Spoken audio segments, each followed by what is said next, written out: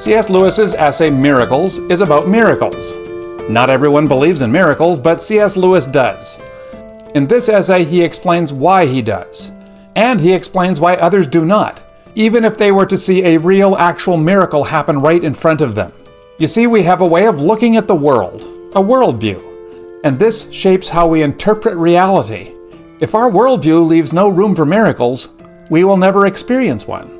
The zombie worldview or the fairy worldview. These are the two terms that I use to describe the competing worldviews that dominate our culture.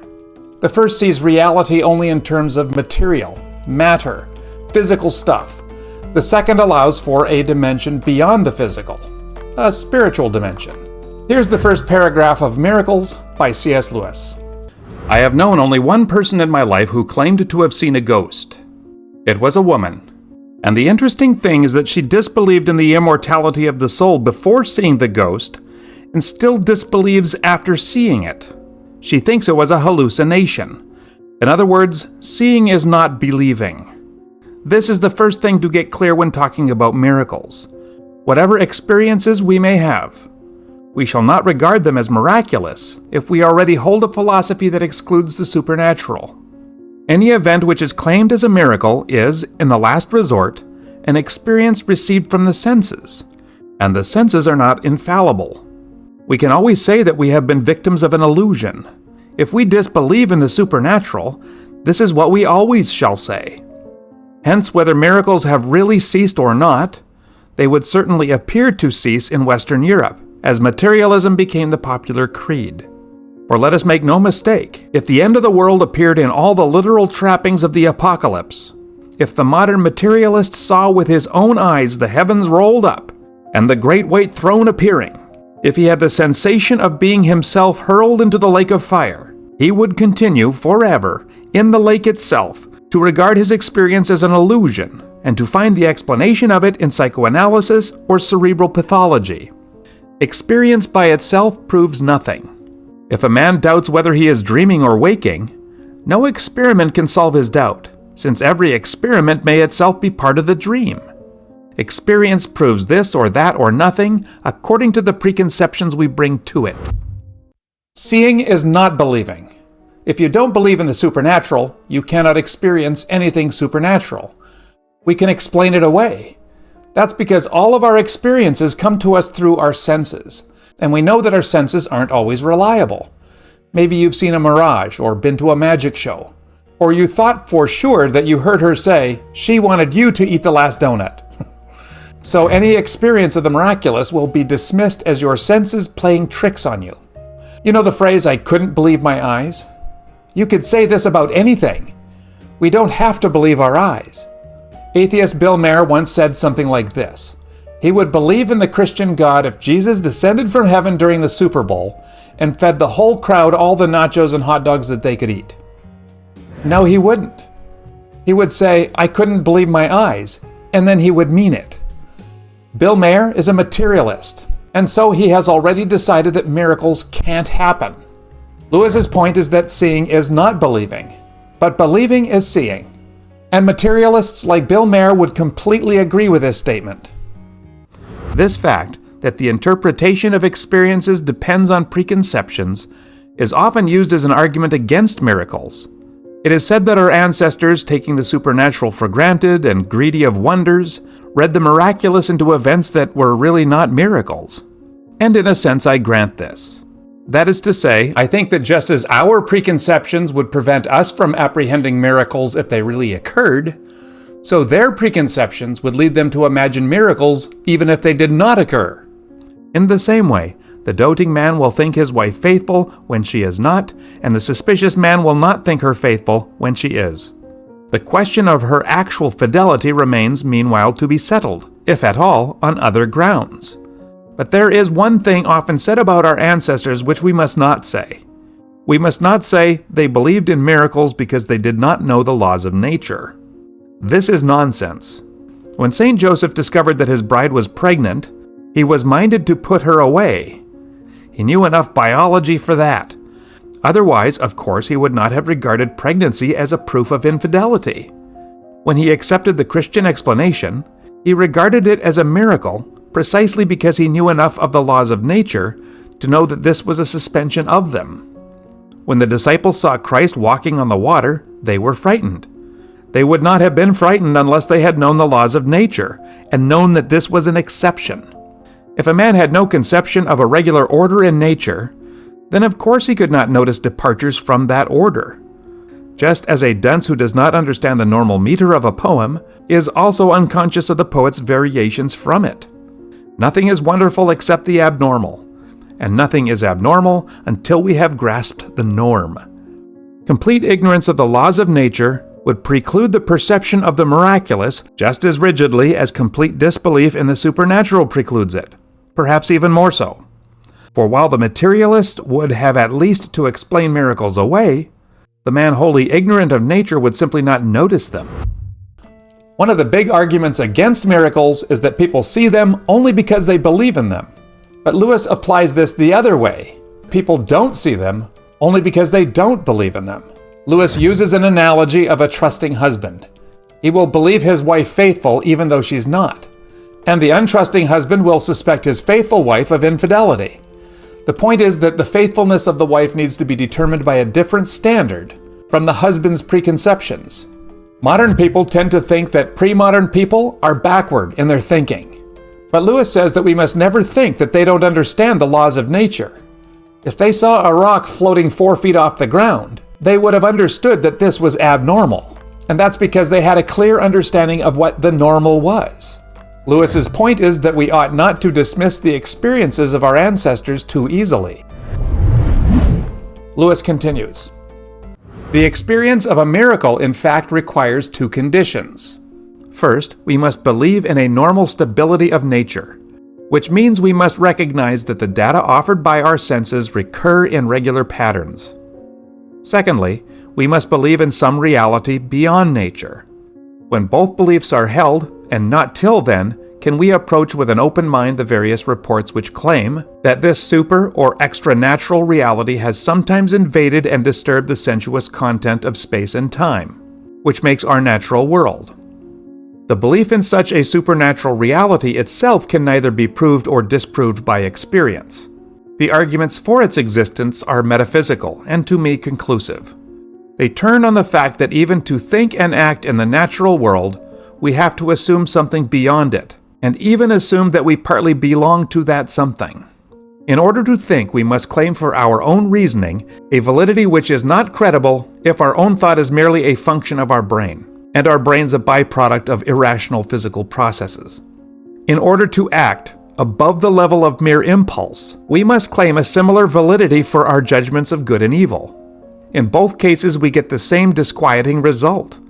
The concept of nature itself is one we have reached only tacitly by claiming a sort of supernatural status for ourselves.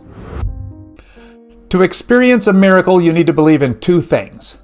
You need to believe that there is a regularity and order in nature. In other words, you need to believe in the normal. And you need to believe that nature isn't all there is, that there's something above it or beyond it, a spiritual dimension or supernature, the supernatural. Unless both of these beliefs are present, you cannot have an open mind when it comes to miracles. Miracles can never be proven or disproven by experience alone. Lewis means by our sense experience. That's because our senses only have access to the material world. We can't see or smell the supernatural. So in order to prove or disprove miracles, we need to look beyond the physical. We need to use metaphysical reasoning. Lewis's argument here is that for human beings to be able to function in the natural world, we have to assume that there is something beyond the natural world, and that we partly belong to that something. The reason we need this is because without it we wouldn't be able to think. I mean, we wouldn't be able to count on our thinking, which is the same thing as not being able to think. If everything we think is just a byproduct of physical processes, involving chemicals and electrical impulses and such, then we can't trust our thinking, because all of our thoughts would be the product of unguided evolutionary processes that selected brain functions that helped with survival. If this were the case, our best thinking would be nothing more than evolved survival techniques. The same goes for our ideas of good and evil. There would be no rational foundation for them, just instinctive impulses. If this were the case, we'd be nothing more than animals. And so Lewis says that we need to accept this metaphysical argument in order to hold on to the rational and moral truths, basically in order to remain human. If we frankly accept this position and then turn to the evidence, we find, of course, that accounts of the supernatural meet us on every side. History is full of them, often in the same documents which we accept wherever they do not report miracles. Respectable missionaries report them not infrequently. The whole Church of Rome claims their continued occurrence. Intimate conversation elicits from almost every acquaintance at least one episode in his life, which is what he would call queer or rum. No doubt most stories of miracles are unreliable, but then, as anyone can see by reading the papers, so are most of the stories of all events. Each story must be taken on its merits. What one must not do is to rule out the supernatural as the one impossible explanation. Thus, you may disbelieve in the Mons angels because you cannot find a sufficient number of sensible people who say they saw them. But if you found a sufficient number, it would, in my view, be unreasonable to explain this by collective hallucination. For we know enough of psychology to know that spontaneous unanimity in hallucination is very improbable, and we do not know enough of the supernatural to know that a manifestation of angels is equally improbable. The supernatural theory is the less improbable of the two. When the Old Testament says that Sennacherib's invasion was stopped by angels, and Herodotus says that it was stopped by a lot of mice who came and ate up the bowstrings of his army, an open-minded man will be on the side of the angels. Unless you start by begging the question, there is nothing intrinsically unlike the existence of angels, or in the action ascribed to them. But mice just don't do these things. If we accept that there is such a thing as a supernatural reality, then we will come across claims of miracles all over the place. History is full of them. Lewis points out that they are present in the same documents that we accept as historical fact in every place where they don't talk about miracles. That might be a little inconsistent. We also hear about miracle-like things in ordinary conversations with other people. Something strange or weird that felt like more than mere coincidence. These kinds of things tend to be shared on social media. Lewis concedes that a lot of these things are probably not reliable accounts. We shouldn't be taken in by every supernatural claim, any more than we should reject all things supernatural. Neither approach is logical. Lewis talks about the Mons angels. In the early days of World War I, it was said that angels protected retreating British troops from Mons, France. Lewis says that if there are no reliable witnesses to this event, then we should reject the reports of this event. But it wouldn't be reasonable to disregard reliable witnesses on the grounds that such things just don't happen. His other example comes from the Old Testament. Sennacherib was an Assyrian king who laid siege to Jerusalem, but God took up the fight and destroyed his army. Historical evidence suggests that Sennacherib's siege was a failure, which makes more sense. If your only alternative, other than the supernatural explanation, is something like the mice chewing up the bowstrings, you need to go with a supernatural one, because mice don't do that. A great deal of skepticism now current about the miracles of our Lord does not, however, come from disbelief of all reality beyond nature. It comes from two ideas which are respectable, but I think mistaken. In the first place, modern people have an almost aesthetic dislike of miracles. Admitting that God can, they doubt if he would. To violate the laws he himself has imposed upon his creation seems to them arbitrary, clumsy, a theatrical device only fit to impress savages, a solecism against the grammar of the universe. In the second place, many people confuse the laws of nature with the laws of thought, and imagine that their reversal or suspension would be a contradiction in terms, as if the resurrection of the dead were the same sort of thing as 2 + 2 making 5. Here Lewis notes that the materialist objections to miracles are not the only ones out there. There are two other arguments that resist the idea of miracles, particularly those of Jesus. Both of these ideas Lewis considers respectable, but flawed. The first objection is that while God could do anything he wanted to, he wouldn't do things contrary to the laws of nature that he himself established. And the second idea is that miracles are logically impossible. In the next 4 paragraphs, Lewis responds to the first objection to miracles. I have only recently found the answer to the first objection. I found it first in George MacDonald, and then later in St. Athanasius. This is what St. Athanasius says in his little book on the Incarnation. Our Lord took a body like ours, and lived as a man in order that those who had refused to recognize him in his superintendence and captaincy of the whole universe might come to recognize from his works he did here below in the body that what dwelled in his body was the Word of God. This accords exactly with Christ's own account of his miracles. The Son can do nothing of himself, but what he sees the Father do. So if that wasn't clear, Lewis goes on to explain how he understands what Athanasius meant. The doctrine, as I understand it, is something like this. There is an activity of God displayed throughout creation, a wholesale activity, let us say, which men refuse to recognize. The miracles done by God incarnate, living as a man in Palestine, performed the very same things as this wholesale activity, but at a different speed and on a smaller scale.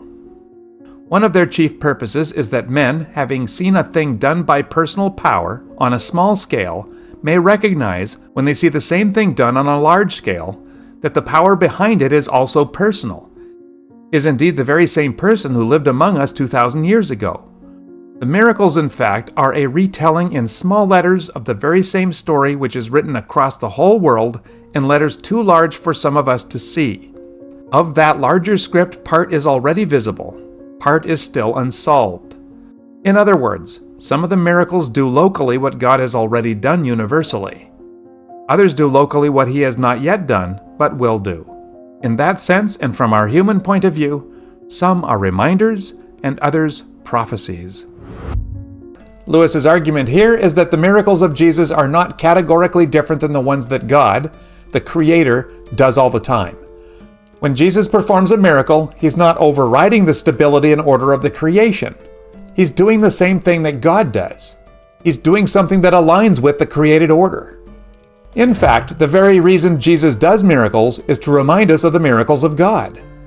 We need these reminders because the miracles that God does are so big that we can't even see them. This is one kind of miracle that we see in the life of Jesus. There is a second kind that gives us a picture of what God will do in the future. Lewis will come back to explain this kind later. God creates the vine and teaches it to draw up water by its roots, and with the aid of the sun, to turn that water into a juice which will ferment and take on certain qualities. Thus every year, from Noah's time till ours, God turned water into wine. That men fail to see. Either like the pagans, they refer the process to some finite spirit, Bacchus or Dionysus, or else, like the moderns, they attribute real and ultimate causality to the chemical and other material phenomenon, which are all that our senses can discover in it. But when Christ at Cana makes water into wine, the mask is off. The miracle has only half its effect if it only convinces us that Christ is God. It will have its full effect if whenever we see a vineyard or drink a glass of wine, we remember that here works He who sat at the wedding in Cana. Every year God makes a little corn into much corn. The seed is sown, and there is an increase. And men, according to the fashion of their age, say, "It is Ceres, it is Adonis, it is the corn king." Or else, it is the laws of nature. The close-up, the translation of this annual wonder is the feeding of the 5,000. Bread is not made there of nothing. Bread is not made of stones, as the devil once suggested to our Lord in vain. A little bread is made into much bread. The Son will do nothing but what he sees the Father do. There is, so to speak, a family style.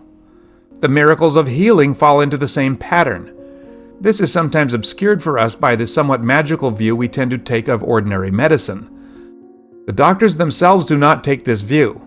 The magic is not in the medicine, but in the patient's body. What the doctor does is to stimulate nature's functions in the body, or to remove hindrances. In a sense, though we speak for convenience of healing a cut, every cut heals itself. No dressing will make skin grow over the cut on a corpse. That same mysterious energy which we call gravitational when it steers the planets and biochemical when it heals the body, is the efficient cause of all recoveries. And if God exists, that energy, directly or indirectly, is His. All who are cured by Him, the healer within. But once He did it visibly, a man meeting a man. Where he does not work within this mode, the organism dies. Hence, Christ's one miracle of destruction is also in harmony with God's wholesale activity. His bodily hand held out in symbolic wrath blasted a single fig tree. But no tree died that year in Palestine, or any year, or in any land, or ever will, save because he has done something, or more likely, ceased to do something to it. Jesus does the same thing that his Father does. He just does it more quickly and on a smaller scale. Lewis gives us 3 examples of this. You probably understood his examples, but I think that Lewis's point is so wonderful, I just want to review them again. The Creator God makes wine from water all the time. It's a complex and patient process that starts with water, it goes through grapes with the sun and yeast stepping in to do their part, and then eventually we have wine. Water to wine. God built all these things into the order of creation, and he maintains them with his providence. Jesus did the same thing. He just did it in a few minutes at one particular wedding. Jesus' short, small miracle reminds us that wine doesn't come from the finite gods like Bacchus, the Roman god of wine, among other things. Nor does it come from mere chemical reactions, as the materialists suppose. Wine is a gift from God, and it's a big miracle. Another example, Jesus multiplies 5 loaves and 2 fishes to feed 5,000 men and their families. This is incredible, but have you thought about how you can put 1 corn seed into the ground, and a few months later you can get 1,000 back? Jesus did what he saw his Father doing. He just did it in an afternoon with only 5,000 people. Here again we are reminded that it is not Ceres who does this. She was the goddess of agriculture, grain, and crops. But neither is it natural law that makes this happen. It is the act of a creator. Another example, Jesus healed sick people. God continuously heals sick people. Jesus just did it really quickly and one person at a time. It's not as the ancients supposed, that Apollo does all the healing. And it's important for us modern people to remember that doctors don't heal either. The body does. Doctors just help the body to do what it was designed to do. Gives a little nudge here and there. All healing belongs to God. Jesus reminded us of this when he instantaneously healed the blind, the lame, and the lepers. Jesus did one miracle when he destroyed something. He cursed the fig tree. But even in this, he was pointing to something his Father is doing all the time. Jesus essentially says, "Look what happens when I take my hand away, just for a moment." When he fed the 5,000, he multiplied fish as well as bread. Look in every bay and almost every river. This swarming, pulsating fecundity shows that he is still at work. The ancients had a god called Genius, the god of animal and human fertility, the presiding spirit over gynecology, embryology, or the marriage bed. The genial bed, as they called it after its god Genius. As the miracles of wine and bread and healing showed who Bacchus really was, who Circe, who Apollo, and that all were one, so this miraculous multiplication of fish reveals the real Genius. And with that, we stand at the threshold of the miracle, which for some reason most offends modern ears. I can understand the man who denies the miraculous altogether, but what is one to make of people who admit some miracles, but deny the virgin birth? Is it that for all their lip service to the laws of nature, there is only one law of nature that they really believe? Or is it that they see in this miracle a slur upon sexual intercourse, which is rapidly becoming the one thing venerated in a world without veneration? No miracle is in fact more significant. What happens in ordinary generation? What is a father's function in the act of begetting? A microscopic particle of matter from his body fertilizes the female. And with that microscopic particle passes, it may be, the color of his hair, and his great-grandfather's hanging lip, and the human form in all its complexity of bones, liver, sinews, heart, and limbs, and pre-human form which the embryo will recapitulate in the womb. Behind every spermatozoon lies the whole history of the universe. Locked within it is no small part of the world's future. That is God's normal way of making a man. A process that takes centuries, beginning with the creation of matter itself, and narrowing to 1 second and 1 particle at the moment of begetting. And once again, men will mistake the sense impressions that this creative act throws off for the act itself, or else refer to some infinite being such as Genius. Once, therefore, God does it directly, instantaneously, without a spermatozoon, without the millenniums of organic history behind the spermatozoon. There was, of course, another reason. This time he was creating not simply a man, but the man who was to be himself, the only true man. The process which leads to the spermatozoon has carried down with it through the centuries much undesirable silt. The life which reaches us by that normal route is tainted. To avoid that taint, to give humanity a fresh start, he once short-circuited the process. There is a vulgar anti-God paper which some anonymous donor sends me every week. In it recently I saw the taunt that we Christians believe in a God who committed adultery with the wife of a Jewish carpenter. The answer to that is that if you describe the action of God in fertilizing Mary as adultery, then in that sense God would have committed adultery with every woman who ever had a baby. For what he did once without a human father, he does always, even when he uses a human father as his instrument. For the human father in ordinary generation is only a carrier, sometimes an unwilling carrier, always the last in a long line of carriers, of life that comes from the supreme life. Thus, the filth that our poor, muddled, sincere, resentful enemies fling at the Holy One either does not stick, or, sticking, turns into glory. When Jesus performed miracles, he was showing the pagan world that his father was the true Bacchus, Ceres, Apollo, and Genius. That last one, Genius, is a Roman semi-divine being that was closely linked to birth, fertility, and procreation. By bringing up Genius, Lewis is setting up the discussion of the virgin birth.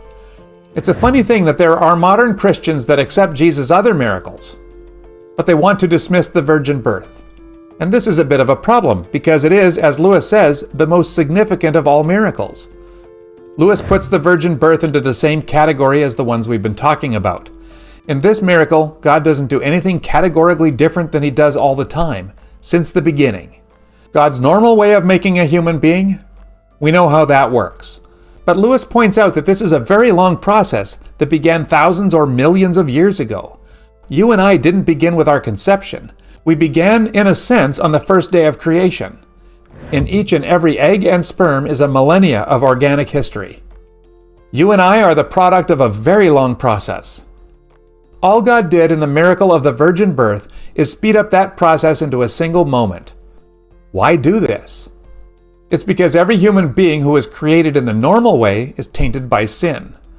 In Jesus, God was creating a man who was himself, the true man, the man without sin.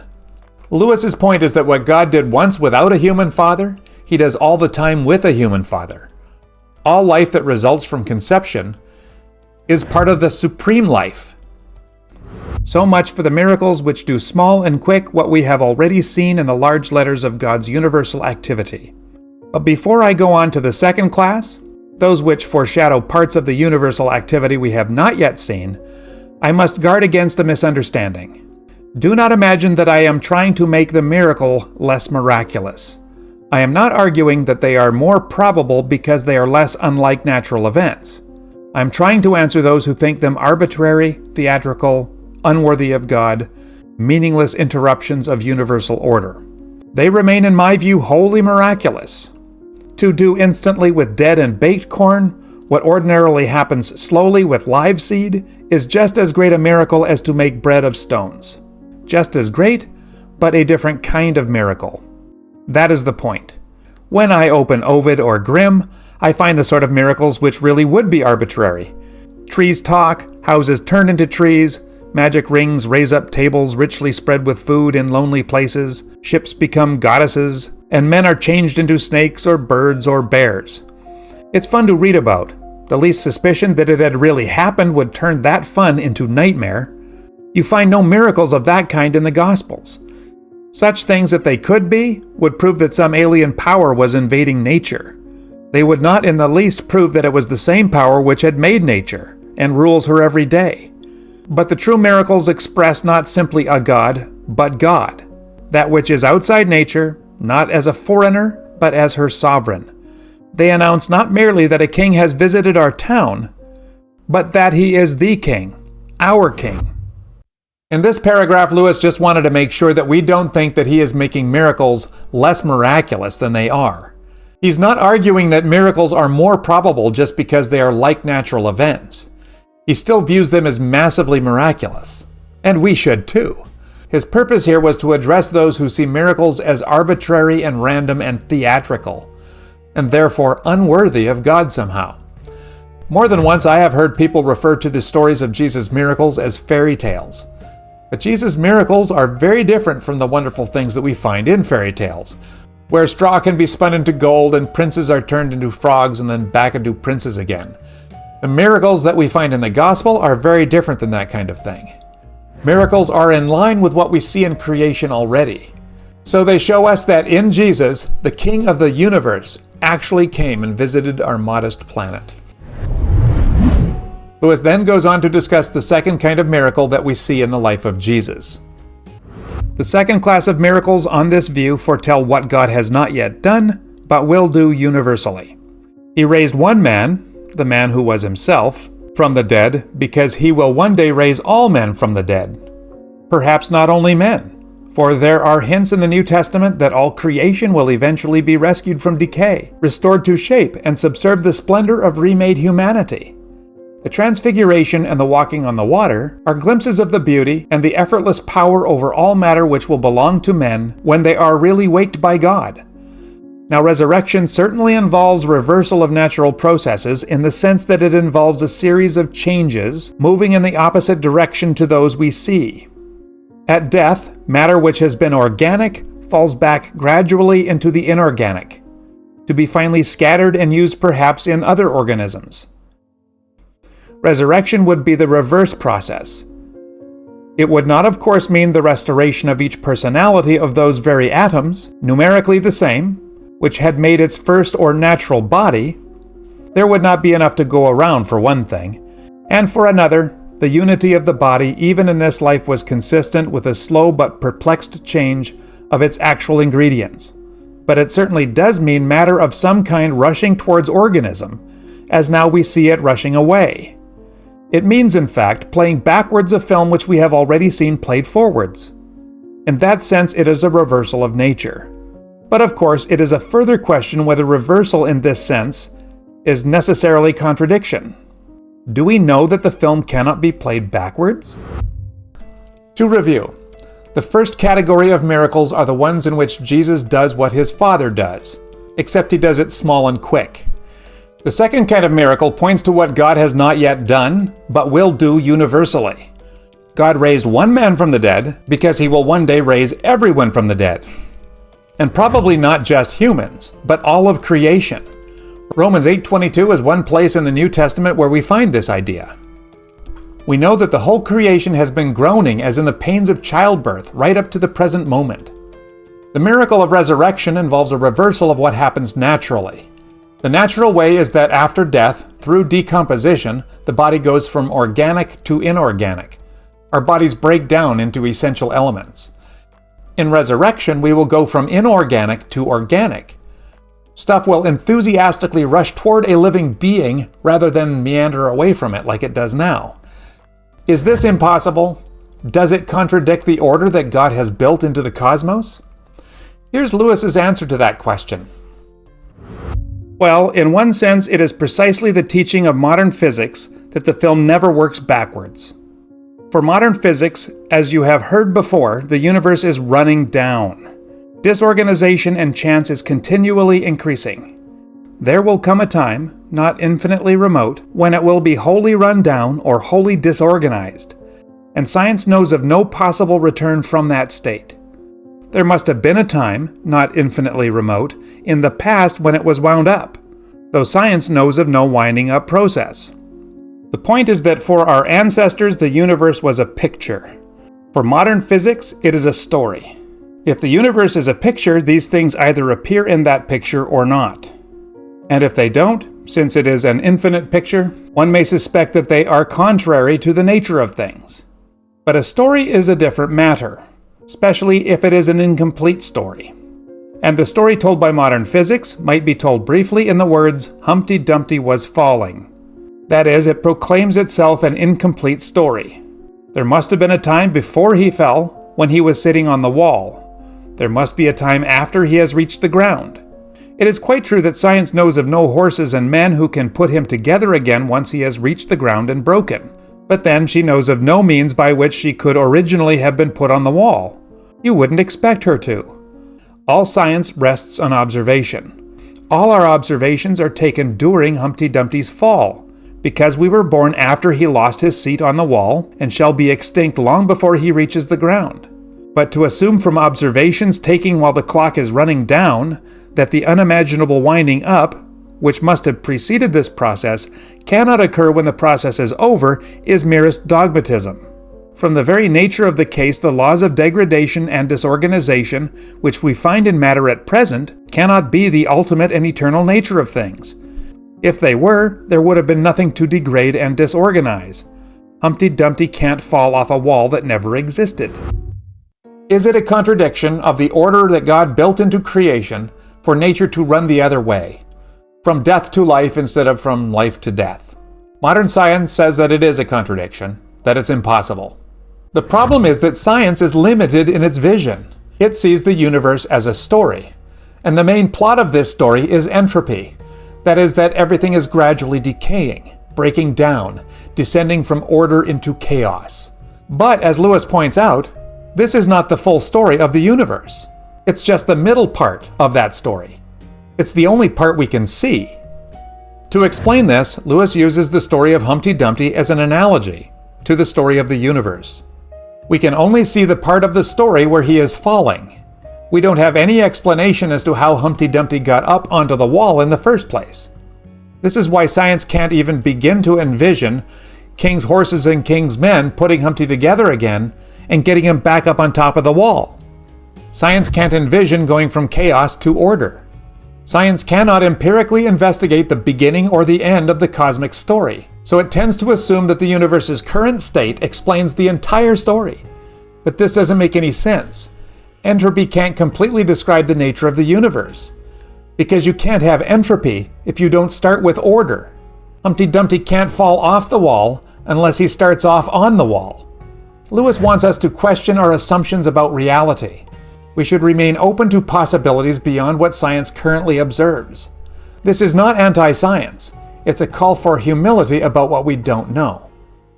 Obviously, an event which lies outside the falling or disintegrating process which we know as nature is not imaginable. If anything is clear from the records of our Lord's appearances after his resurrection, it is that the risen body was very different from the body that died, and that it lives under conditions quite unlike those of natural life.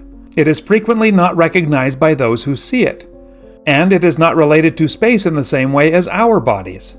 The sudden appearances or disappearances suggest the ghost of popular tradition. Yet he emphatically insists that he is not merely a spirit and takes steps to demonstrate that the risen body can still perform animal operations, such as eating. What makes all this baffling to us is our assumption that to pass beyond what we call nature, beyond the 3 dimensions and the 5 highly specialized and limited senses, is immediately to be in a world of pure negative spirituality. A world where space of any sort and sense of any sort has no function. I know no grounds for believing this. To explain even an atom, Schrödinger wants 7 dimensions. And give us new senses and we should find a new nature. There may be natures piled upon natures, each supernatural to the one beneath it, before we come to the abyss of pure spirit. And to be in that abyss at the right hand of the Father may not mean being absent from any of these natures. May mean a yet more dramatic presence on all levels. That is why I think it very rash to assume that the story of the Ascension is mere allegory. I know it sounds like the work of people who imagined an absolute up and down, and a local heaven in the sky, but to say this is after all to say, assuming that the story is fake, we could thus explain how it arose. Without that assumption, we find ourselves moving about in worlds unrealized, with no probability or improbability to guide us. For if the story is true, then a being still in some mode, though not in our mode, corporeal, withdrew at his own will from the nature presented by our 3 dimensions and 5 senses. Not necessarily into the non-sensuous and undimensional, but possibly into or through a world or worlds of supersense and superspace. And he might choose to do it gradually. Who on earth knows what the spectators might see? If they say they saw a momentary movement along the vertical plane, then an indistinct mass, then nothing, who is to pronounce this improbable? In this passage, Lewis starts with the resurrection of Jesus, which is a bit of a stumbling block for modern readers. The Gospels describe Jesus' resurrected body as both physical and supernatural. He could be touched, Thomas touched him, and he could eat, he ate fish with his disciples. He existed in space, but he also wasn't stopped by locked doors and walls. Usually when we think of supernatural or spiritual, we think of something like a ghost. Lewis wonders why we do this. Why can't there be realities that are physical, but operate under different rules? The 3D world of our five senses is just a slice of reality. Physicists like Schrödinger talk about the atom existing in 7 dimensions, not just 3. Maybe in our resurrected bodies we'll have access to more than just 3D, and more than just 5 senses. Lewis's point is that the supernatural isn't necessarily non-physical. It might exist in a higher dimension, or layers of reality that our current senses can't access. Critics often dismiss the ascension because Jesus went up to heaven. They say that this is proof that the disciples saw what they expected to see, because they thought of heaven as being up. Lewis pushes back on this idea. Yes, ancient peoples did imagine heaven as up in the sky, but that's not the point. Jesus didn't just float up into the clouds. He moved into a different dimension beyond our perception. It might have looked like an upward disappearance, but it might have been that Jesus just moved into a different reality that we can't perceive. So how is this related to our discussion of miracles? Here's Lewis's key argument. To materialists, miracles are impossible because they violate the laws of nature. Yes, they do. But it's really clear that we don't know the whole story. If there are different dimensions with their own laws, miracles could be interactions between these layers. Jesus' resurrected body wasn't a ghost. That is, it wasn't pure spirit. But he wasn't animated ordinary flesh either. He wasn't a zombie. It's a new kind of physicality operating under new, higher laws. His body was like a 3D object interacting with a 2D world. My time is nearly up, and I must be very brief with the second class of people whom I promised to deal with. Those who mistake the laws of nature for the laws of thought, and therefore think that any departure from them is a self-contradiction, like a square circle or 2 and 2 making 5. To think this is to imagine that the normal processes of nature are transparent to the intellect, that we can say why she behaves as she does. For of course, if we cannot see why a thing is so, then we cannot see any reason why it should not be otherwise. But in fact, the actual course of nature is wholly inexplicable. I don't mean that science has not yet explained it but may do someday. I mean that the very nature of explanation makes it impossible that we should even explain why matter has the properties it has. For explanation, by its very nature, deals with a world of ifs and ands.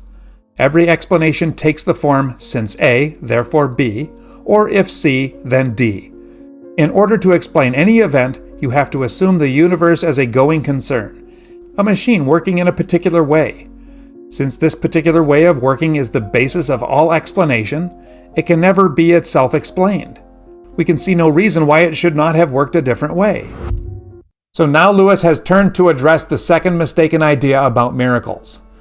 There are some who think that miracles are impossible because they contradict the laws of thought. But, says Lewis, this isn't true. People think this only when they confuse natural laws with logical laws. These are not the same thing. Laws of nature, like a rock will fall when you drop it off a bridge, or water will freeze if the temperature is below freezing. These laws are not the same as the law that says 2 plus 2 is 4, or a square can't be a circle. These are laws of logic, laws of thought. Miracles only break the laws of nature. They do not break the laws of logic. In other words, miracles do not result in logical absurdities, like a squared circle. You see, laws of nature are descriptive. That is, they describe what happens. They are not prescriptive. They do not prescribe what must happen. Water freezes at 0 degrees Celsius. This is the law of nature. It describes what happens. But here's a law of logic. A person can't be both present and absent from a location at the same moment. As a law of logic, it must be. It is prescriptive. See the difference? People will confuse the laws of nature with the laws of logic because they think that they understand nature. Lewis argues that we don't. All explanations of nature rely on pre-existing assumptions about how the universe works. For instance, if you heat water, it boils. This assumes the laws of thermodynamics. But why does this law exist? Why does any natural law exist? Science can't answer that. We only know that it exists. The boiling of heated water works within the system. The why question can only be answered from outside the system. Just because we can't imagine nature working differently doesn't mean it's logically impossible that it works differently.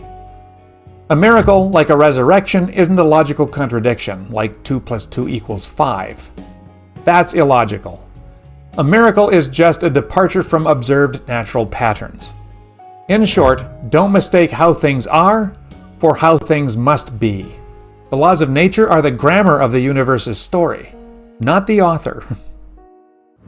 To say this is not only to remove the suspicion that miracle is self-contradictory, but also to realize how deeply right St. Athanasius was when he found an essential likeness between the miracles of our Lord and the general order of nature. Both are a full stop for the explaining intellect. If the natural means that which can be fitted into a class, that which obeys the norm, that which can be paralleled, that which can be explained by reference to other events, then nature herself as a whole is not natural. If a miracle means that which must simply be accepted, the unanswerable actuality that gives no account of itself, but simply is, then the universe is one great miracle. To direct us to that great miracle is one main object of the earthly acts of Christ. They are, as he himself said, signs. They serve to remind us that the explanation of particular events which we derive from the given, the unexplained, the almost willful character of the actual universe, are not explanations of that character. These signs do not take us away from reality. They recall us to it. Recall us from our dream world of ifs and ands to the stunning actuality of everything that is real. They are focal points at which more reality becomes visible than we ordinarily see at once. I have spoken of how he made miraculous bread and wine, and of how when the Virgin conceived, he had shown himself the true genius whom men had ignorantly worshipped long before. It goes deeper than that. Bread and wine were to have even more sacred significance for Christians, and the act of generations was to be the chosen symbol among all mystics for the union of the soul with God. These things are no accidents. With him there are no accidents. When he created the vegetable world, he knew already what dreams the animal death and resurrection of the corn would cause to stir in pious pagan minds. He already knew that he himself must so die and live again, and in what sense, including and far transcending the old religion of the Corn King. He would say, "This is my body." Common bread, miraculous bread, sacramental bread. These three are distinct but not to be separated. Divine reality is like a fugue. All his acts are different, but they all rhyme or echo to one another. It is this that makes Christianity so difficult to talk about. Fix your mind on any one story or any one doctrine, and it becomes at once a magnet to which truth and glory come rushing from all levels of being. Our featureless pantheistic unities and glib rationalist distinctions are alike defeated by the seamless yet ever-varying texture of reality, the liveliness, the elusiveness, the intertwined harmonies of multidimensional fertility of God. But if this is the difficulty, it is also one of the firm grounds of our belief. To think that this was a fable, a product of our own brains as they are a product of matter, would be to believe that this vast symphonic splendor had come out of something much smaller and emptier than itself. It is not so. We are nearer to the truth in the vision seen by Julian of Norwich, when Christ appeared to her holding in his hand a little thing like a hazelnut, and saying, "This is all that is created." And it seemed to her so small and weak that she wondered how it could hold together at all. In this paragraph, Lewis is bringing together the concepts of nature, miracles, and divine reality.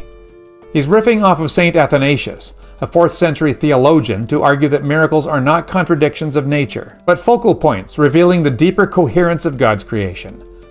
Lewis is arguing that miracles share a lot with the natural order of the cosmos. On the one hand, both are natural and ordinary, and on the other hand, both are spectacular and supernatural. Christ's miracles serve as signs because they help us to see reality as it is, an exceptional, wonderful surprise. The part that I think that is really interesting in this passage is Lewis's point that miracles, the universe, and the sacraments are intertwined, so that they form something like a fugue. That's a kind of musical composition with all kinds of interconnected layers. For instance, bread and wine. These are ordinary things, about ordinary eating and drinking. But when Jesus takes simple bread and fish and feeds the multitudes, these basic things take on miraculous significance. And ultimately, they take on sacramental meaning in the Eucharist with the bread and the wine. These layers of meaning are not accidental. They reflect divine intentionality. When Jesus says, "This is my body," he ties together common bread with miraculous bread with sacramental bread. See what Lewis means by a fugue? A beautiful piece of music made up of all kinds of interconnected layers. That's what reality is. Want another example? What about vegetables? When God created the plants, he already knew how the cycles of death and resurrection would stir the human imagination and foreshadow his own death and resurrection. Pagan myths about the dying and rising gods, like the Corn King, are not mere accidents. They are echoes of the ultimate truth fulfilled in Jesus Christ. Through these symbols, God has been preparing humanity to understand his redemptive work. This view of reality is very different from the materialist or pantheist views. These are both reductive. They reduce reality to a featureless unity or simplistic distinctions. Materialism oversimplifies when it takes these complex realities of the fugue and it flattens them out to its most basic components, chemicals and electrons and stuff. And pantheism overunifies reality when it dissolves distinctions between the divine and the material. But Christianity sees reality with all these layers: physical, spiritual, miraculous, sacramental. And all these interact without being reducible to each other. All this interconnectedness reminds us that reality is relational. The divine permeates creation, as in pantheism, without being identical to it, preserving both unity and diversity.